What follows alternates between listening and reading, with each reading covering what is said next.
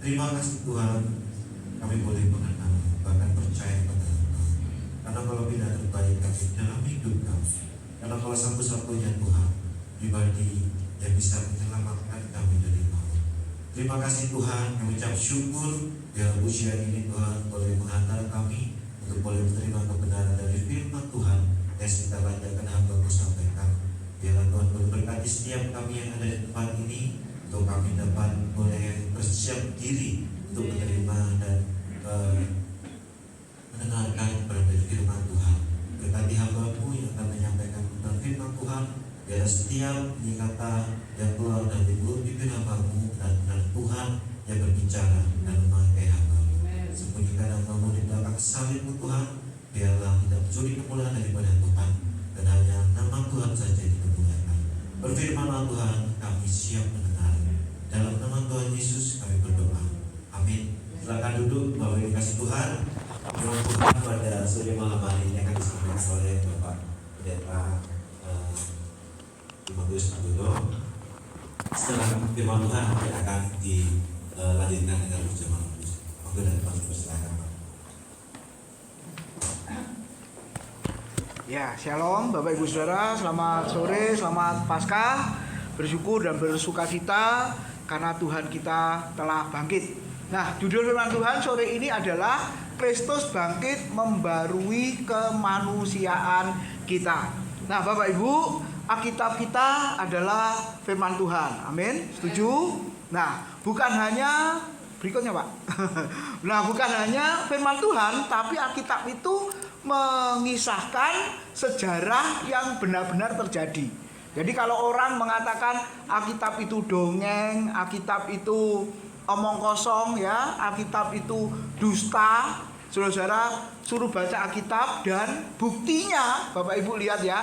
Ini sebagian contoh Bapak Ibu kisah, walaupun ya kisahnya ini sepenggal ya. Karena kalau kita belajar perjanjian lama, perjanjian baru, bahkan Kristus, nah ini yang luar biasa Bapak Ibu. Kalau kita lihat dia lahir ke dalam dunia, kisah nyata, ya. Kemudian apa lagi? Dia mati, ya. Terus dia bangkit. Bapak Ibu lihat, semua kalender orang-orang yang ada di dunia ini merayakan Natal, merayakan Jumat Agung, merayakan kebangkitan Kristus. Dan saksi mata yang melihat itu sangat banyak Bapak Ibu. Nah, ini yang menguatkan bahwa kisah Yesus yang lahir, kemudian mati, kemudian bangkit itu benar-benar terjadi. Dan yang terpenting ketika dia bangkit 40 hari masih bersama dengan murid-muridnya. Dan firman Tuhan menjelaskan, mengajarkan kepada kita kuasa kebangkitannya, penampakan diri Kristus waktu dia bangkit itu terus menerus apa Bapak Ibu? Memperbarui para murid pada masa itu. Memperbarui apa? Dari ketakutan menjadi berani. Betul ya Bapak Ibu? Ya, dari pengecut menjadi pemberani. Ya, banyak para murid yang diubahkan pada masa itu. Dan ini yang kita lihat. Kuasa kebangkitan Kristus bukan hanya terus membarui kehidupan para murid abad pertama, orang Kristen abad pertama, bahkan sampai hari ini saudara-saudara yang adalah orang Kristen itu pun terus diperbarui. Tapi masalahnya kita ini sadar apa tidak? Kita ini mau apa tidak ketika kuasa kebangkitannya itu memperbarui kita, sehingga nanti masuk ke bagian yang terakhir itu ya Bapak Ibu. Setelah 40 hari dia naik ke surga. Nanti bulan Mei tanggal 14 kita merayakan Yesus naik ke surga. Seisi dunia juga merayakannya. Wah, ini luar biasa saudara. Tidak ada tokoh yang lain yang seperti Yesus. Nah, ini yang saudara mesti ingat ya. Dan kita semua percaya walaupun belum terjadi. Yesus lahir, Yesus mati, Yesus bangkit, Yesus naik ke surga, sudah terjadi. Tapi nanti kedatangannya kembali ke dalam dunia, kita percaya itu juga pasti terjadi. Tapi kedatangan Yesus dari surga kemudian mendatangi masing-masing pribadi, itu sudah terjadi. Artinya orang yang sudah meninggal didatangi Tuhan secara pribadi, itu sudah terjadi ya. kemarin jemaat ada yang didatangi Tuhan, saudara. Saudara mau masuk surga? Mau didatangi Tuhan nanti malam? Maksudnya mati loh Bapak Ibu.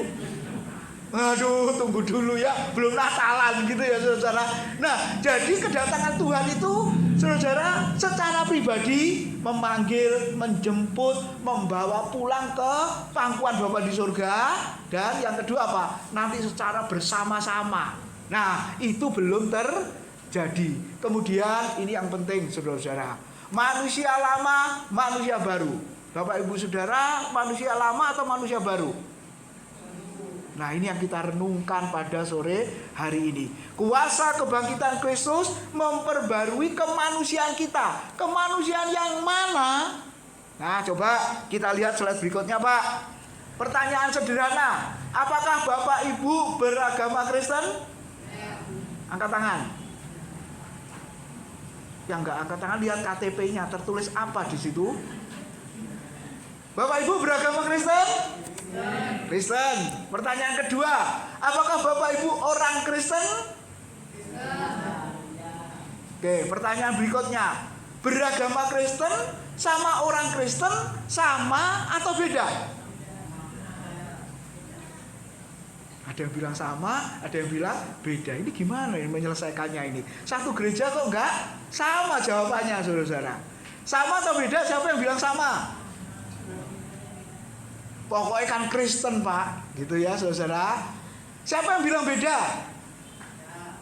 Beda ya, Pak? Bedanya di mana? Yang bilang beda ini? Bedanya apa, Pak? Kalau beragama Kristen, beragama itu hanya tertulis. Oh, hanya tertulis di KTP.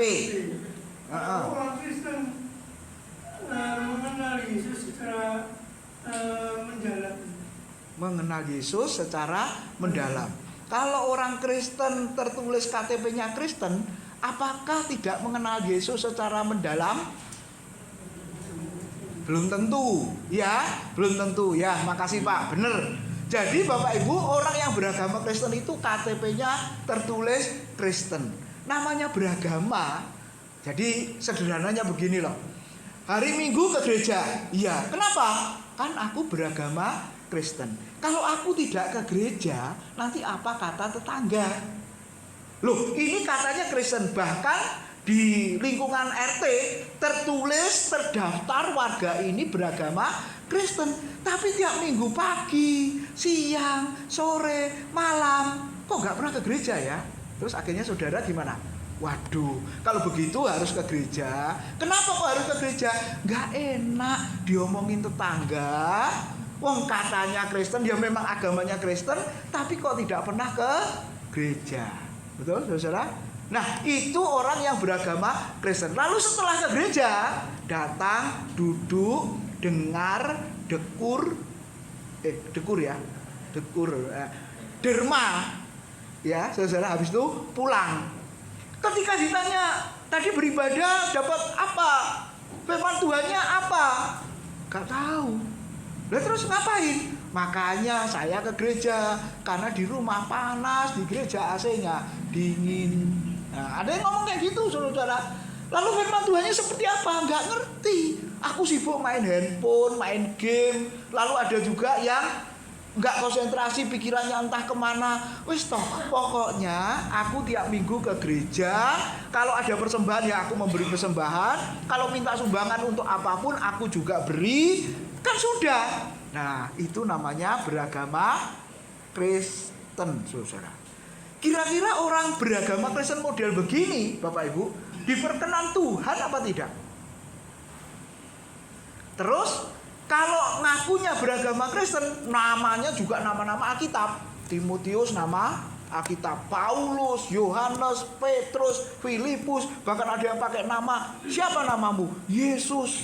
Tapi aku tidak mau mati berdiri.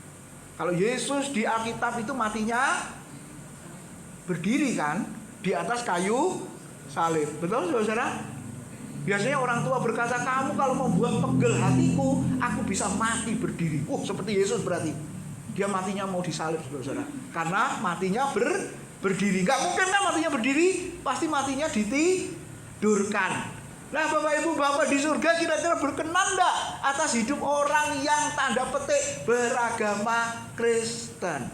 Akhirnya tempatnya juga di mana? Walaupun pakai nama-nama Alkitab, itu di lembaga pemasyarakatan, melakukan kejahatan. Kalau saya punya teman-teman Bapak Ibu di luar pulau itu, waduh Pak Tim, setiap musim apa itu ya, binatang peliharaan itu hilang. Gitu katanya. Terus yang ngambil siapa? Ini kok ya tega ya, jemaatnya sendiri. Jadi Bapak Gembala di daerah itu di samping pelayanan itu juga memelihara ternak. Tapi ternaknya itu bisa hilang. Ternyata ketahuan yang ngambil siapa? Jemaatnya sendiri, saudara. Ini gimana nih coba? Gitu ya. Nah, ini Kristen yang Indonesia Tengah, Indonesia Timur sana itu loh Bapak Ibu. Jadi Kristennya itu memang agama. Kristen keturunan, dari lahir Kristen, bahkan sebelum lahir pun Kristen, karena nenek moyangnya orang Kristen, otomatis Kristen. Tapi Kristennya adalah tanpa pertobatan, Kristennya adalah tanpa perubahan, sehingga melakukan kejahatan. Tempatnya di lembaga pemasyarakatan juga ada kan di sana? Ada, saudara. Nah, hari ini kita belajar kuasa kebangkitan Kristus itu memperbarui, mengubah, memperbarui. Jadi kalau sekedar beragama Kristen, hidupnya nggak berubah. Kalau sekedar beragama Kristen, hidupnya tidak pernah diperbarui, tetap menjadi manusia lama. Dan apa bedanya dengan orang Kristen? Orang Kristen itu adalah apa, saudara?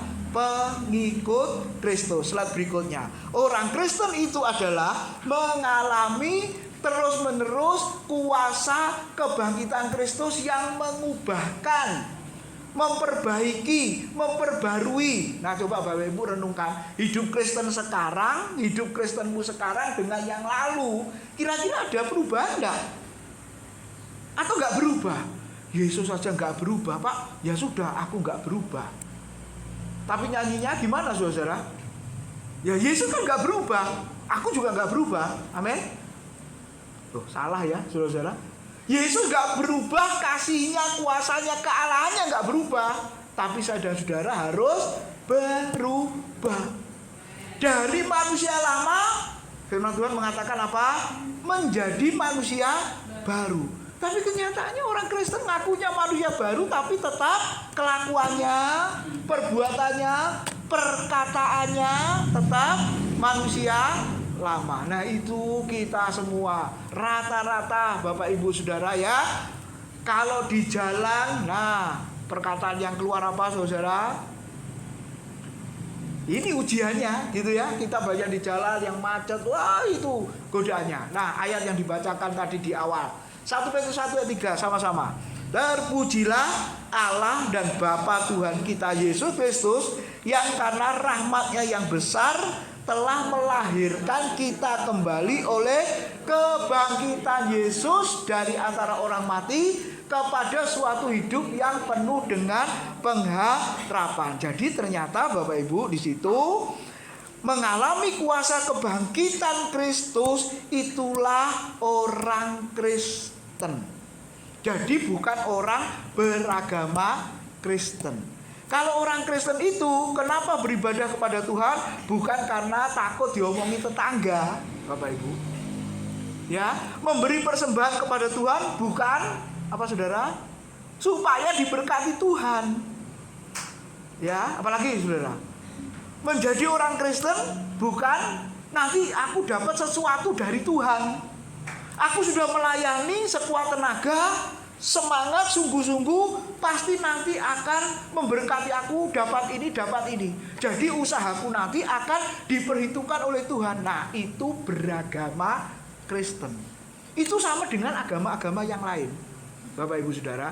Jadi aku melakukan ini, siapa tahu nanti Tuhan berkenan. Caranya bagaimana supaya aku menyenangkan hati Tuhan? Aku akan melakukan ini, melakukan ini, melakukan ini.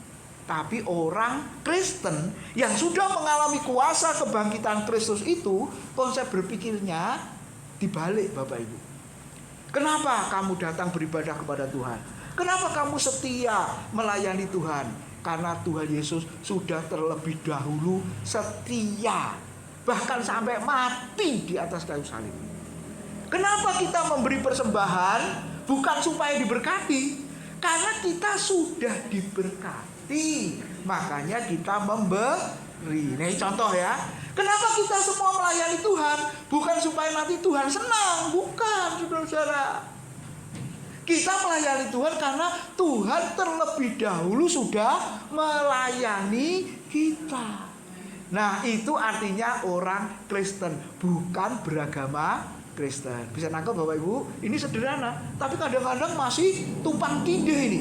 Konsep kita seperti konsep orang beragama pada umumnya, saudara-saudara.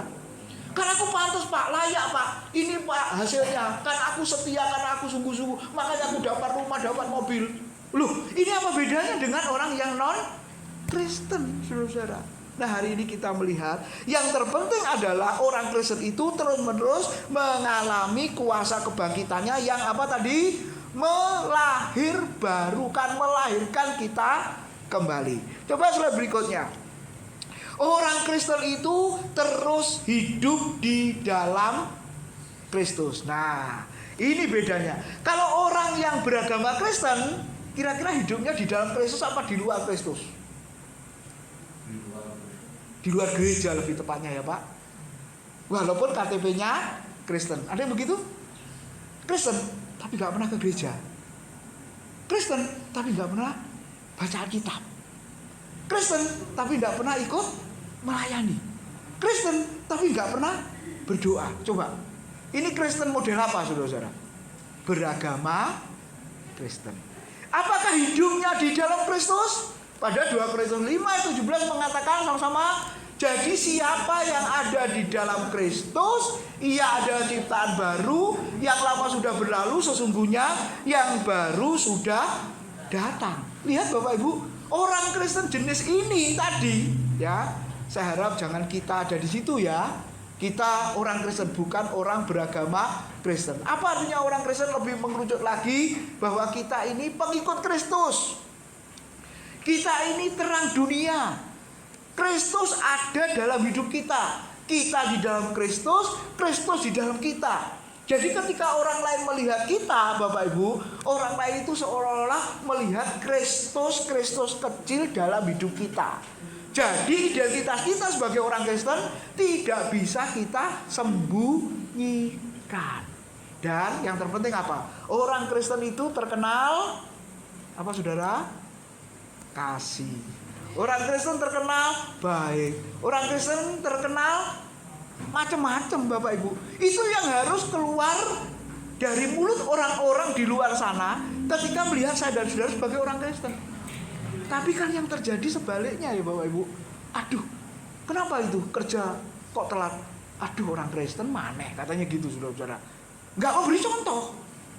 Namanya firman Tuhan mengatakan kuasa kebangkitan Kristus yang terus memperbarui itu dalam hal apa sebenarnya? Ayo lebih mengerucut lagi ya. Slide berikutnya apa? Mengalami kuasa kebangkitan Kristus itu ternyata bagi orang Kristen dan bukan sekedar beragama Kristen. Orang yang sekedar beragama Kristen belum tentu mengalami kuasa kebangkitan Kristus. Belum tentu apalagi saudara diselamatkan oleh Tuhan. Sok percaya diri diselamatkan oleh Tuhan. Tapi Tuhan berkata pada hari akhir aku akan berkata terus terang kepadamu, enyalah engkau dari hadapanku, hei kamu semua pembuat kejahatan. Siapa itu? Saudara, orang yang berdoa demi nama Yesus katanya. Orang yang melakukan mujizat, melakukan pelayanan yang luar biasa. Tuhan berkata apa? Aku tidak pernah mengenal kamu, enyahlah kamu dari hadapanku. Memang ayat itu di atasnya, perikop itu saudara-saudara tentang nabi-nabi palsu. Orang Kristen palsu, hamba Tuhan palsu. Berarti apakah mengalami kuasa kebangkitan Kristus? Apakah mereka itu adalah orang Kristen? Tidak, mereka hanya beragama Kristen. Jadi gawat sebenarnya. Kalau hanya sekedar beragama Kristen itu gawat saudara-saudara. Tuhan bisa berkata, aku tidak pernah mengenal kamu karena hidupmu tidak pernah di dalam aku. Firmanku tidak pernah tinggal di dalam kamu. Jadi kamu di luar aku. Dan firman Tuhan mengatakan apa? Kalau kamu di luar aku sama seperti ranting yang terpotong dari pokok anggur, kamu akan kering masuk ke dalam pembakaran. Di luar aku kamu tidak dapat berbuat apa-apa. Di luar aku kamu gagal total. Makanya hari ini kita renungkan di dalam momen Paskah, apakah kita benar-benar menjadi orang Kristen, apa sekedar beragama Kristen? Menjadi orang Kristen yang terus-menerus mengalami kuasa kebangkitan Kristus, apa hanya sekedar label orang Kristen? Nah, firman Tuhan tadi mengatakan di dalam Kristus, artinya apa? Lahir baru, mengalami karya Roh Kudus. Nah, Bapak Ibu, kita semua ini bukan sekedar pengetahuan, pemahaman, tapi ini pengalaman. Jadi kalau sudah di dalam Kristus, dia lahir baru, dengan kata lain apa? Menjadi ciptaan baru. Nah, Bapak Ibu, apa itu menjadi ciptaan baru? Secara status di hadapan Tuhan. Tadi firman Tuhan mengatakan apa? Ciptaan baru itu adalah meninggalkan kehidupan yang lama, kemudian masuk ke dalam kehidupan yang baru. Tapi kenyataannya coba, sudah lahir baru? Sudah. Buktinya apa? Sudah dibaptis. Nah, sebenarnya nggak ada hubungannya Bapak Ibu. Tapi memang hamba Tuhan yang dulu-dulu itu, makanya ketika kita dibaptis, diberi nama baru nggak? Saya ini Timotius itu nama baptisan sebenarnya. Di akte kelahiran sama ijazah nggak ada Timotiusnya. Suatu saat ijazah saya ada Timotiusnya, saya kembalikan, ralat, nggak ada Timotiusnya, nanti masalah. Gitu ya. Jadi sesuai akte kelahiran, sesuai KTP itu Widodo saja ya, nggak ada Timotiusnya, saudara. Gitu ya. Nah, dengan harapan Bapak Gembala saya memberi nama Timotius itu ketika dibaptis seperti seorang bayi yang lahir kemudian diberi nama, betul? Belum lahir diberi nama nggak? Ayo bapak-bapak yang urus akte kelahiran itu loh, saudara. Mana anaknya? Masih dalam kandungan istriku. Terus ngapain ke sini? Ngurus akte kelahiran. Terus namanya siapa? Mungkin tahu namanya sudah disiapkan gitu ya. Terus lahirnya tanggal berapa, jam berapa? Nggak tahu kan? Ini bapak kurang saon ini. Wong anaknya belum lahir kok urus akte kelahiran. Harusnya apa? Lahir dulu, kemudian diberi nama, barulah urus akte kelahiran. Nah, Bapak Ibu, saya dan saudara ini lahir 2 kali. Yang pertama lahir secara jasmani melalui mamah kita masing-masing. Dan yang kedua lahir secara rohani, yaitu di dalam Kristus. Nah, ini penting. Pengalaman ini yang membuat saudara di hadapan Tuhan menjadi manusia baru, menjadi ciptaan baru. Nah, ini 1 kali Bapak Ibu ya. Nah, jadi ciptaan baru, manusia baru itu Tuhan melihat kita, kamu sudah jadi manusia baru. Terus ketika sudah jadi manusia baru, maka yang lama harus berlalu, yang baru sudah datang. Makanya disimbolkan dengan baptisan, mau menunjukkan bahwa Widodo yang lama mati dikuburkan. Nah, itu kan saudara, arti simbolisnya kan begitu saudara. Ketika ditenggelamkan ya, itu manusia lama dikuburkan. Terus apa ditenggelamkan terus? Gelagepen Bapak Ibu ya. Paling hanya berapa detik saja kemudian diangkat. Nah, ketika diangkat, hari itu juga, detik itu juga, kamu harus komitmen di hadapan Tuhan, aku mau hidup baru. Nah, hidup baru itu terus menerus kita harus lakukan. Makanya pertolongannya Bapak Ibu itu melalui kuasa kebangkitan Kristus yang menolong kita untuk apa? Terus hidup baru. Nah, secara sederhana slide berikutnya Pak. Nah, ini definisinya. Habis itu kita masuk secara mengerucut poinnya ya. Jadi sederhananya begini, lahir baru itu apa sih? Coba Bapak Ibu sudah punya kriteria itu apa enggak? Karena karya Roh Kudus seperti angin, jadi enggak kelihatan. Siang, sore hari ini, malam hari ini ada angin enggak? Wah, kalau enggak ya kipas-kipas ya Bapak Ibu ya. Ada angin ini, dingin ini, sejuk ini. Terus Bapak Ibu lihat anginnya enggak? Oh, ada AC. Oh ya, AC-nya kelihatan. Anginnya maksudnya. Kelihatan enggak? Enggak kelihatan ya? Tapi ada enggak? Kenapa ada? Saudara berkata ada. Kenapa? Karena kita rasakan sejuk. Betul, saudara? Kita rasakan sejuk. Ya, kalau di luaran nanti masuk angin malahan, kebanyakan angin saudara-saudara. Tapi nggak kelihatan, tapi ada nggak? Ada. Demikian juga orang yang lahir dari roh, kata Yohanes pasal 3 ayat 5 ayat 7 ayat 8. Ya, seperti apa? Orang berdosa datang kepada Kristus, sudah. Dan yang membuat orang berdosa datang kepada Kristus itu bukan karena maunya sendiri, tapi karena apa? Bapa yang menariknya datang kepada Kristus. Waduh, saudara-saudara. Jadi dengan usaha sendiri bisa datang kepada Kristus? Tidak. Orang berdosa malah sembunyi. Adam dan Hawa takut bersembunyi. Sampai kapan? Ya mungkin terus bersembunyi. Kalau Tuhan tidak turun dari surga, datang ke Taman Eden, memanggil, mencari, Adam dan Hawa tetap bersembunyi. Nah ini loh saudara-saudara, teologi Kristen yang berbeda dengan teologi-teologi yang lain. Kalau yang lain manusia berusaha mencari Allahnya dengan perbuatan baiknya, dengan amal salehnya, untuk mendekati Tuhan, untuk mencari Tuhan supaya bisa diperkenan oleh Tuhan. Tapi Alkitab mengajarkan yang sangat berbeda. Ini keunikannya.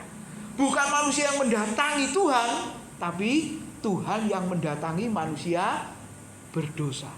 Bahkan datang ke dalam dunia yang kotor dan najis, yang berdosa. Dan bukan hanya datang lahir di tempat yang hina, tapi dia juga mati yang sangat memerlukan. Mati di atas kayu salib itu adalah kematian yang benar-benar mengerikan, memalukan Bapak Ibu. Dan itu dikerjakan oleh Kristus. Dia anak Allah yang maha tinggi, maha mulia, maha kuasa, merendahkan serendah-rendahnya. Ini Allah Alkitab, Allah orang Kristen. Jadi Bapak Ibu sudah datang kepada Kristus, terus mengaku Yesus itu Tuhan satu-satunya. Kemudian apa saudara? Ini yang penting, bertobat. Dengan kata lain apa? Ada perubahan hidup, perubahan perkataan, perubahan emosional. Saya senang sekali saudara-saudara ketika melayani ya di pengembalaan. Sudah berapa lama ini saya? 6 tahun ya, full timernya itu 6 tahun ya. Terakhir ini Bapak Ibu ya, dulu ya sudah melayani. Tapi saya lihat jemaat itu perubahannya ada yang kelihatan sangat mencolok sekali. Pertama saya datang ada orang yang emosian Bapak Ibu, ngamuan kerjaannya. Tapi terakhir-terakhir ini sudah enggak. Bukan hanya saya yang melihat dan menilai, orang lain pun juga melihat dan menilai. Hebat ya, ini enggak seperti dulu loh. Ini dulu itu ngamuan, emosian. Perempuan biasanya ngamuan, gitu ya, perempuan, saudara. Tapi ini terakhir-terakhir ini enggak. Puji Tuhan, sudah lain. Sikapnya pun sudah lain, saudara. Nah itu secara sederhana, perkataan, terus perbuatan, itu yang penting. Nah bisa berubah itu karena apa? Roh Kudus, karena Tuhan, karya Injilnya. Makanya mesti percaya kepada firman Tuhan. Terus apa? Melayani Tuhan dan sesama. Kalau satu belum dilakukan, berarti masih dipertanyakan, kita ini sudah lahir baru apa? Belum. Coba slide berikutnya. Kita menjadi manusia baru, kita menjadi ciptaan baru, ya. Menjadi manusia baru itu sebagai status. Nah faktanya apa saudara? Manusia lama kadang muncul. Ini terus menerus kadang muncul Bapak Ibu. Dan ini perlu pertolongan Roh Kudus. Lalu slide berikutnya.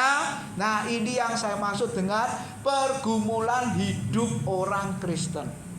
Ada orang yang berkata, aku bergumul tentang pekerjaan, oke. Bergumul tentang keluarga, karena ada anggota keluarga yang belum di dalam Tuhan, oke. Pergumulan apa lagi? Sakit, penyakit, pergumulan apa? Ekonomi, pergumulan apa? Oke lah, banyak pergumulan, betul saudara? Tapi sebenarnya pergumulan yang sejati itu apa saudara?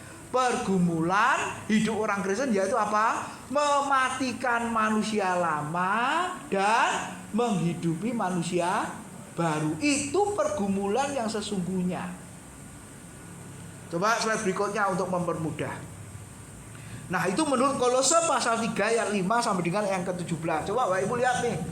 Walaupun saudara berkata aku sudah jadi manusia baru, kenyataannya manusia lamanya muncul enggak? Apa tuh manusia lamanya? Jelas? Saudara? Manusia lamanya firman Tuhan mengatakan kalau engkau sudah jadi manusia baru, ciptaan baru, dilahirkan baru, maka Paulus berkata kepada jemaat, kamu harus bisa mematikan. Makanya dikatakan apa? Matikanlah. Apa yang harus dimatikan? Percabulan. Apalagi saudara? Kenajisan. Hawa nafsu, nafsu jahat, keserakahan. Keserakahan ini apa Bapak Ibu? Bukan sekedar soal makanan saja ya, saudara. Ini mungkin makannya nggak prasmanan. Ada kalau makanan prasmanan, waduh sedih saudara-saudara. Ya belum habis sudah dibungkus. Ya kalau sudah habis apa yang dibungkus Pak? Nggak, maksud saya adalah belum habis, yang lain belum makan, kok sudah dibungkus itu loh. Bahkan sudah siap seresek. Nah, karena Natal kemarin tuh kami prasmanan begitu Bapak Ibu. Ada laporan, waduh. Nah itu sama dengan apa Bapak Ibu? Serakah ya. Itu firman Tuhan mengatakan apa? Harus dimatikan. Kalau sudah dimatikan boleh dihidupkan nggak? Perlu mujizat kehidupan nggak? Nggak boleh kalau ini. Ini harus mati total. Saudara. Harus mati yang sesungguhnya. Gitu ya. Sebab kalau mati suri, habis itu hidup lagi, itu belum mati. Tapi kenyataannya orang Kristen mati suri ya kalau soal ini ya. Aduh muncul lagi Pak. Aduh makanya muncullah perselingkuhan, muncullah macam-macam ini Bapak Ibu. Nah sebagai orang Kristen yang sudah lahir baru ngakunya Bapak Ibu, mengalami kuasa kebangkitan Kristus, harusnya apa? Gak ada niat keinginan untuk muncul. Apalagi keserakahan disamakan dengan penyembahan berhala. Penyembahan berhala bukan nyembah patung Bapak Ibu. Apapun yang kita ingini, saudara, kalau tanpa itu kita stres, kita menderita, berarti itunya sudah jadi berhala kita selain Tuhan. Nah kadang-kadang kan orang menganggap apa? Uang bisa jadi berhalanya nggak? Uang bisa jadi Tuhannya nggak? Bisa. Kalau nggak ada ini, stresnya minta ampun. Nah berarti Tuhanmu di situ. Pekerjaan bisa jadi berhala nggak?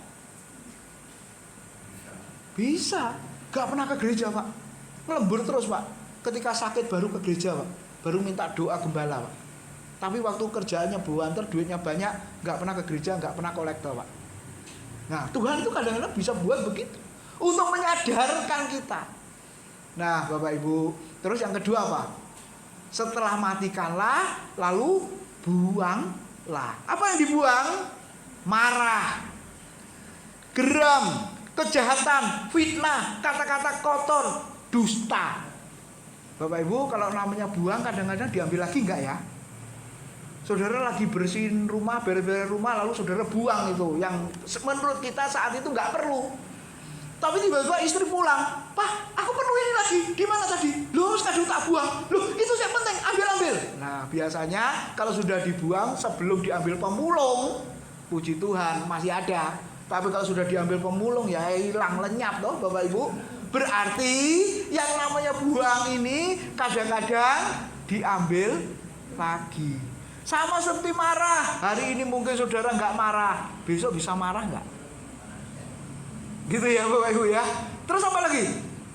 Kata-kata kotor. Mungkin hari ini enggak, sore ini enggak karena mau beribadah. Lah tadi siang bisa? Besok. Nah apalagi? Yang namanya dusta. Waduh, kadang-kadang istri tak bohongi katanya gitu saudara. Jadi ada suami-suami yang ngomong ke saya, aku gak pulang Pak, tak alasi kerja, padahal bojoku tak hapusi. Loh, ini orang Kristen yang ngomong kayak gitu. Jangan Pak Timojo ngomong loh ya. Oh tak omong nih Pak, biar sekalian rame gitu ya. Yo coba Pak Timojo gitu ya. Nah yang gak tak omongkan Bapak Ibu ya, kasihan nanti berkelahi gitu kan. Nah Bapak Ibu, ini kadang muncul, sering muncul. Nah ini yang disebut dengan apa? Kuasa kebangkitan Kristus harus memperbarui. Hari ini kita bisa berhasil mematikan, hari ini kita bisa berhasil membuang, tapi besok belum tentu kita berhasil. Makanya perlu kuasa Tuhan, perlu pertolongan Tuhan. Dan itu terus-menerus kita matikan, terus-menerus kita buang. Itulah pergumulan orang Kristen. Lalu setelah mengalami kuasa kebangkitan Kristus yang terus-menerus, Kristus mati bangkit satu kali, tapi efeknya, kuasanya, pengaruhnya dalam hidup orang Kristen dari abad pertama sampai hari ini itu terus berlangsung. Ini luar biasanya. Jadi ketika saudara sudah jadi manusia baru, maka ciri-cirinya apa di situ? Nah, ini yang jadi tes kita. Kita uji ya. Rindu mengenal Allah Sang Pencipta apa tidak? Kalau saudara berkata aku sudah jadi manusia baru, maka aku harus rindu mengenal terus-menerus yang namanya Sang Pencipta itu. Terus apa lagi? Di situ disebut tidak membeda-bedakan. Terus, nah ini yang penting. Kenakanlah. Itu seperti kita pakai baju. Ya, mengenakan itu seperti kita pakai baju, Bapak Ibu, untuk menutupi ketelanjangan kita. Yaitu apa? Yang kita kenakan, yang kita pakai, belas kasihan, waduh, kemurahan, kerendahan hati, kelemah lembutan, terus kesabaran. Wah, ini buah roh, Bapak Ibu. Jadi kalau orang Kristen berkata, aku sudah mengalami kuasa kebangkitan Kristus, ya, menjadi orang Kristen bukan sekedar beragama Kristen, berarti orang Kristen itu mempraktekkan buah Roh Kudus. Buah Roh Kudus ada berapa? Berapa? Bingung. 5, 8, 7. Banyak sekali ya. 9. Nah, Bapak Ibu 1. Kalau 9 kok banyak sekali ya? 1, karena di situ disebut inilah buah roh, bukan buah-buah roh. 1, 9 rasa, nano-nano gitu ya. Enggak, maksudnya adalah dari 9 aspek itu, kalau kita gagal 1 melakukannya, kita sudah gagal secara keseluruhan. Itu maksudnya.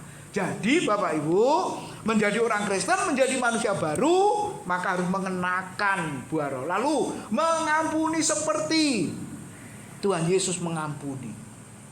Oh, ini luar biasa Bapak Ibu. Itu idealnya. Terus apa lagi? Kenakanlah kasih sebagai pengikat yang mempersatukan dan menyempurnakan. Jadi motivasinya itu adalah kasih. Kalau gereja nggak ada kasih, jemaat nggak ada kasih, ya pecah-pecah melulu Bapak Ibu. Nggak enak hati, iri hati satu dengan yang lain. Waduh, kalau gereja seperti ini sumpek Bapak Ibu. Gitu ya. Tapi bersyukur kalau gereja kita baik-baik saja, kita bersatu, kita kompak ya Bapak Ibu. Kenapa? Karena kita tahu kita melayani Tuhan yang sama. Terus apa lagi? Perkataan Kristus diam di dalam hidup orang percaya. Wah, ini luar biasa. Jadi orang Kristen dengan yang non Kristen bedanya di mana? Harusnya perkataannya membangun, perkataannya mendorong, perkataannya memotivasi, perkataannya apa saudara-saudara? Memberi semangat kepada orang lain. Seperti orang yang menyampaikan firman Tuhan, Petrus berkata. Kenapa? Karena ada perkataan Kristus diam di dalam mulut kita, dan yang keluar itu pasti firman Tuhan. Terus apa lagi saudara? Sehingga bisa mengajar, menyanyi, bersyukur. Terus apa lagi? Melakukan segala sesuatu dalam nama Tuhan Yesus sambil bersyukur dan untuk kemuliaan Allah Bapa. Wah, ini luar biasa. Menjadi orang Kristen berubahnya di sini. Menjadi manusia baru yang terus diperbarui oleh kuasa kebangkitannya. Ke sana Bapak Ibu. Dan pada akhirnya slide berikutnya Pak. Menjalani hidup baru itu terus menerus. Ya, terus menerus. Progres, proses seumur hidup. Lahir baru 1 kali. Menjadi manusia baru, ciptaan baru, status itu juga 1 kali. Tapi hidup baru itu terus menerus. Amin, saudara. Ya, mengalami kuasa Injil yang terus menerus mengubah sifat hidup, karakter, perkataan kita. Ini penting, saudara. Dan pembaruan sejati itu terjadi oleh karena kuasa kebangkitan Kristus. Slide terakhir refleksinya adalah, maukah, coba slide lagi Pak. Maukah saudara-saudara terus menerus diperbarui? Nah, ini pertanyaannya. Ya, apakah kita terus menerus mau diperbarui? Kita minta Tuhan menolong kita. Kuasa kebangkitannya terus memperbarui hidup kita. Dengan cara apa saudara? Percayalah kepada Yesus yang telah mati dan bangkit. Ini penting. Kemudian yang kedua apa? Hiduplah sebagai orang Kristen di dalam Kristus, bukan sekedar beragama Kristen. Dan kalau itu terjadi, maka hidup kita akan terus-menerus diperbarui. Amin. Tuhan memberkati. Mari kita siapkan untuk perjamuan kudus.